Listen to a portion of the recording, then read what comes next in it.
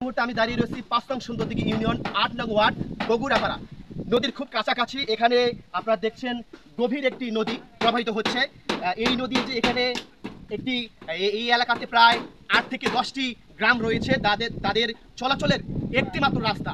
এখানে হাজার হাজার ঘর বাড়ি রয়েছে, তাদের কিন্তু চলাচলের এই একটি মাত্র রাস্তা রয়েছে। আপনারা দেখছেন এই রাস্তাটি ভাঙতে ভাঙতে, এই রাস্তা কিন্তু এখান থেকে প্রায় ২০০ গজ দূরত্বে ছিল। ভাঙতে ভাঙতে আপনারা দেখছেন এখানে ঘরের অর্ধেক ভেঙে গেছে। এলাকার মানুষ বা আশেপাশের যে জনসাধারণ রয়েছে তাদের যেহেতু যাতায়াতের একটি মাত্র রাস্তা, পুরো রাস্তায় ধসে গেছে নদীতে, সে কারণে স্থানীয় মানুষ তারা চলাচল করতে পারছেন না।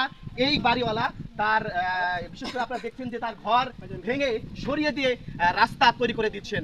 তো আসলে এটি কিন্তু ভালো মানের হৃদয়ের যে ব্যক্তিত্ব যারা রয়েছে তারাই হয়তো এই কাজটি করতে পারে। এই এলাকার মানুষ, স্থানীয় যারা নেতা রয়েছে, 16 বছর আওয়ামী লীগ সরকার ক্ষমতা ছিল, তাদের কাছে গিয়েছে, টিউনের কাছে গিয়েছে, কোনোভাবেই তারা এই রাস্তা যাতে করে সংস্কার হয় এই আশ্বাস কারো কাছ থেকে পাননি। আমি কথা বলবো ৫ নং সুন্দরদিঘি ইউনিয়নের বাংলাদেশ জামাত ইসলামের সাধারণ সম্পাদক ডক্টর মোহাম্মদ আব্দুল বাতেন। তিনি সরজমিনে এসেছেন, এই জায়গাটি পরিদর্শন করছেন। ভাই কেমন আছেন?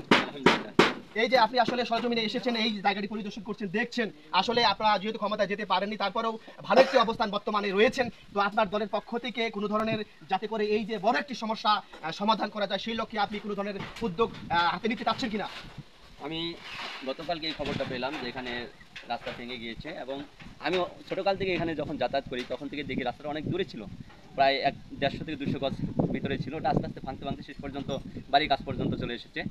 আমি কালকে শোনার পর আমি সিদ্ধান্ত নিলাম আমি ওখানে যাব, পরিদর্শন করব।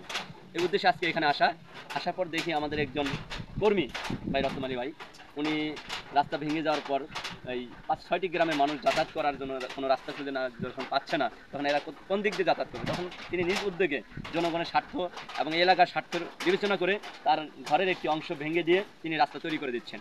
আমি চেয়ারম্যান মহোদয়ের সাথে কথা বললাম যে এই রাস্তাটার ব্যাপারে কী করা যায়। উনি বললেন যে তোমরা একটা দরখাস্ত সেখানে দাও, দেওয়ার পর আমিও কথা বলবো আর এলাকার জনগণও সেখানে কথা বলবো, বলার পর একটি সিদ্ধান্ত আসবে, পানি উন্নয়ন বোর্ডের মাধ্যমে এই কাজটি করা যাবে। এজন্য আমি বাংলাদেশ জামাত ইসলামের পক্ষ থেকে আমি পানি উন্নয়ন বোর্ডের কর্তৃপক্ষকে জানাচ্ছি এই কাজটা দ্রুত করার জন্য। কারণ প্রায় 3 থেকে 400 পরিবার এখান থেকে যাতায়াত করে, আর এদের হাট বাজারে অনেক কিছু নিয়ে যেতে হয়। যদি এই রাস্তাটা না থাকে তাহলে তারা কিভাবে তারা হাট বাজার করবে? তারপর কাঁচা পণ্য উৎপাদন হয় এলাকায়, কৃষির উপর নির্ভরশীল, এই পণ্যগুলো তারা কীভাবে বাজারজাত করবে?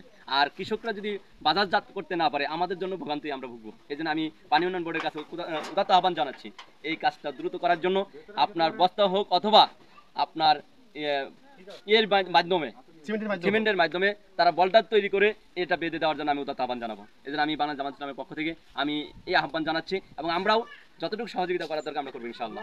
ধন্যবাদ আপনাকে। প্রিয় দর্শক, কথা বলছিলাম জনাব আব্দুল বাতেন ভাইয়ের সাথে। আসলে আমরা দেখেছি 16 বছর যেখানে ব্রিজের প্রয়োজন নেই সেখানে ব্রিজ হয়েছে, যেখানে নদী বাঁধের প্রয়োজন নেই সেখানে নদী বাঁধ দেওয়া হয়েছে, কিন্তু যেখানে প্রয়োজন সেখানে আমরা কাজ অল্পই দেখেছি, যেখানে কার্যকর হয়েছে, যেখানে গুরুত্বপূর্ণ যে জায়গাটি সেখানে আমরা কাজ করতে দেখিনি। কিন্তু তারপরে আমরা উদাত্ত আহ্বান জানাবো, যারা প্রশাসন রয়েছে, যারা টিউন মহোদয় রয়েছেন, আপনার কাছে আকুল আবেদন করব, যেখানে প্রায় আমি একটু আগে বলেছিলাম যে বেশ কয়েকটি গ্রাম রয়েছে, শত শত বাড়িঘর রয়েছে, এই রাস্তা দিয়ে যাতায়াত করছে। আমরা অবশ্যই খুব দ্রুতই যাতে করে যেভাবেই হোক অল্প কিছু সংস্কারের মাধ্যমে যদি যাতায়াতে একটি সুবিধা হয় সেই উদাত্ত আহ্বান এলাকার মানুষ যারা নেতৃবৃন্দ রয়েছে তাদের কাছে দাবি করছে। আমি আশা করব যে প্রিয় দর্শক, আপনারা দেখছেন যে এখানে অনেক গভীর মানুষ যাতায়াতের কী পরিমাণ কষ্ট হচ্ছে। আশা করব দ্রুতই এই সমস্যার সমাধানের জন্য যারা স্থানীয় রাজনীতিবিদ রয়েছে তারা এগিয়ে আসবে বলে আমি মনে করি।